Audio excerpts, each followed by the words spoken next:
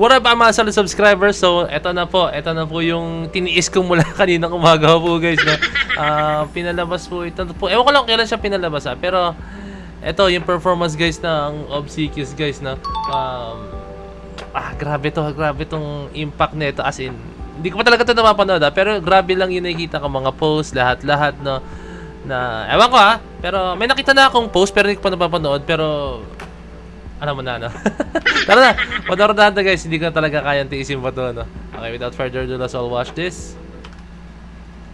Let's go.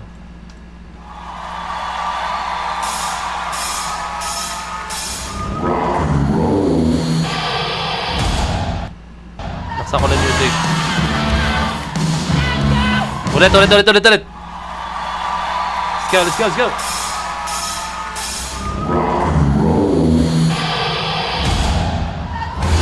Okay. Pero hindi ka nila yung rock and roll na kanta nila.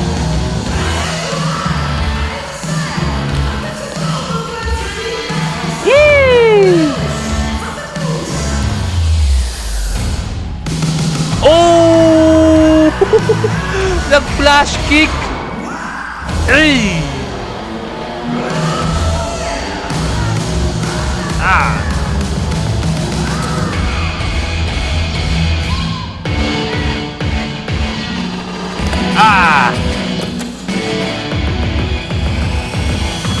Woo! Hey!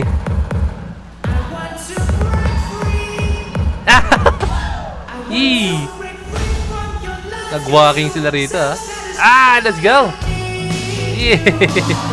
Aba, angas ng pagbaba niya ng salam. I mean, yung iaangat niya dapat pero inadliban na lang niya.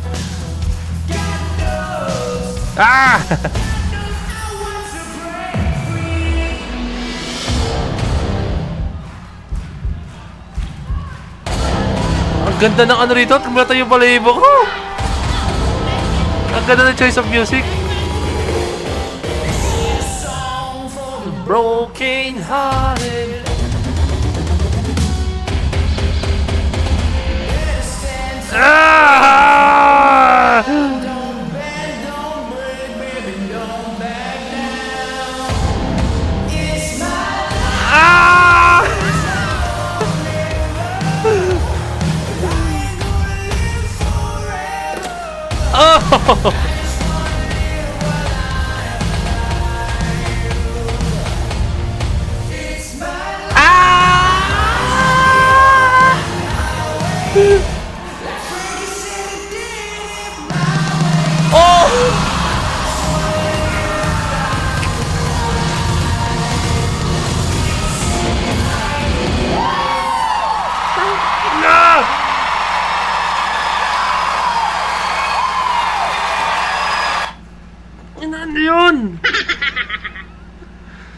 Guys, the musicality, yung timing ng bagsak, yung mga flips, lahat on point, no? Walang sinayang, guys. Very well rehearsed po talaga, no? Ganun sila ka-solid, guys. Wow. Ano tong pinanood ko? Boss Ken, grabe to talaga, as in, sobrang solid po talaga nito, as in. Wow. Obsequious, wow. Hindi ko ma-imagine kung... Hindi, na. Tara, tuloy na ito sa comment. Pero for me, guys, that was the most beautiful performance na ginawa ng Obsequious on a TV show, guys. As in, sobrang solid po talaga, guys. Galing. Galing yung Obsequious. Ang solid nyo talaga. Loss of words ako. Tara, tingnan natin itong mga comment ng judges, pero... yung replay value neto, guys, yun po talaga eh. Yung replay value neto, guys, like, uulitin ko ulit to kasi tumayo balahibo na. Ako as in, tumayo balahibo ko yung choice of music, and then yung hindi siya tuloy-tuloy na ganyan, as in, may ganon, and then biglang aangat, and then, bam, grabe yung dynamics netong ginawa ni Boss Ken. Ang ganda ng arrangement ng music po talaga dito, guys, na as in. Tuloy na to, yung mga judges comments. For me, lahat, standing ovation ba sa lahat? O lahat.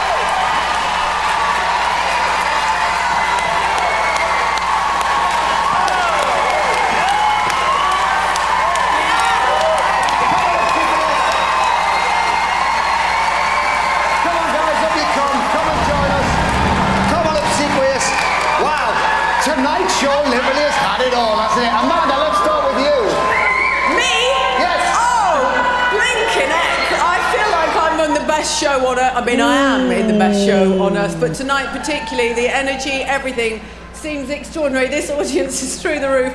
That act was insanely brilliant. The choreography, the outfits, the passion. I mean, it's just spilling out into us. Well done. Amazing. You made really good use of all that time. Oh my God, it was like an explosion of energy tonight. You rocked the house. She's absolutely right. The choreography, the way you blended acrobatic with very, very different, ever-changing shapes, really reflecting the feel of rock and roll. You rocked it!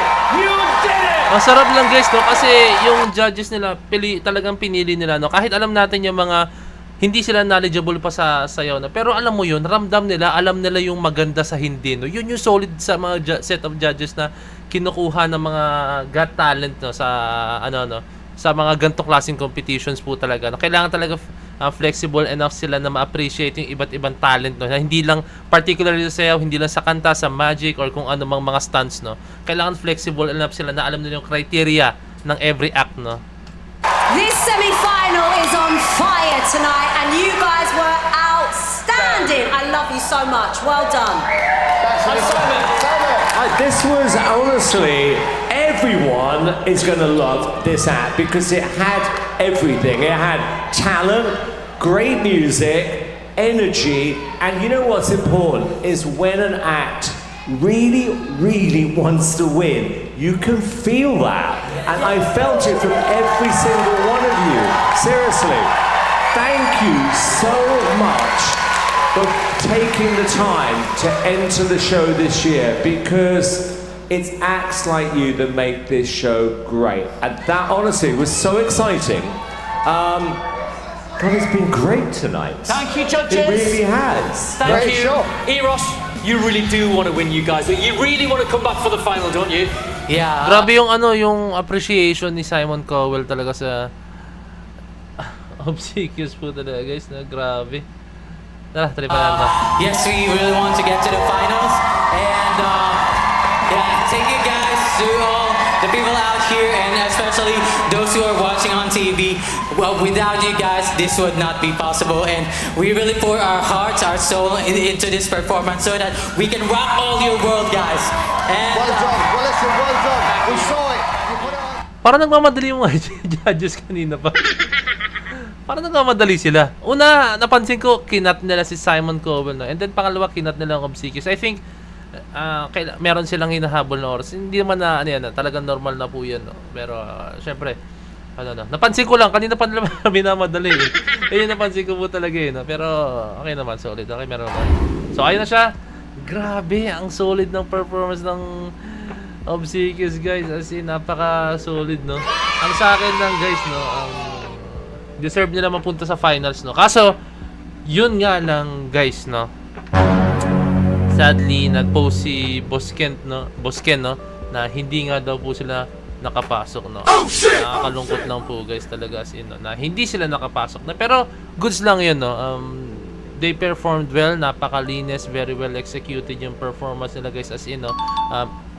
For me, isa yun sa choreography na nakita ko sa isang Got Talent show na tumayo talaga yung balahibo ko po talaga, guys, as in sobrang galing ng obsequious, no? Ang dami ka napanood, ang dami ka na mga nasubaybayan ng mga Got Talent performance, hindi yung mga yung mga like America's Best Dance Crew, no?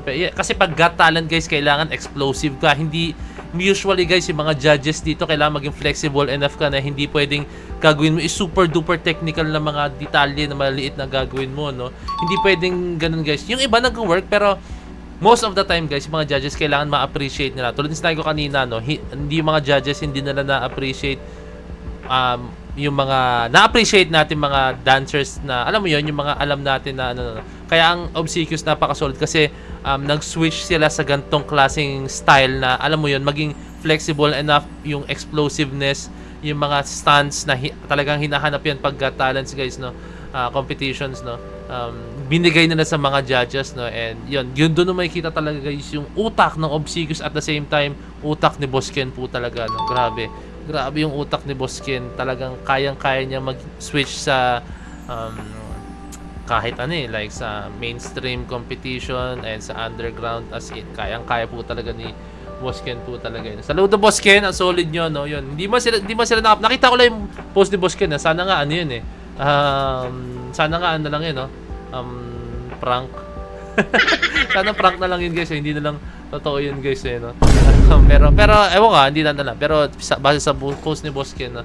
Hindi nga sila nakapasok. Pero okay lang.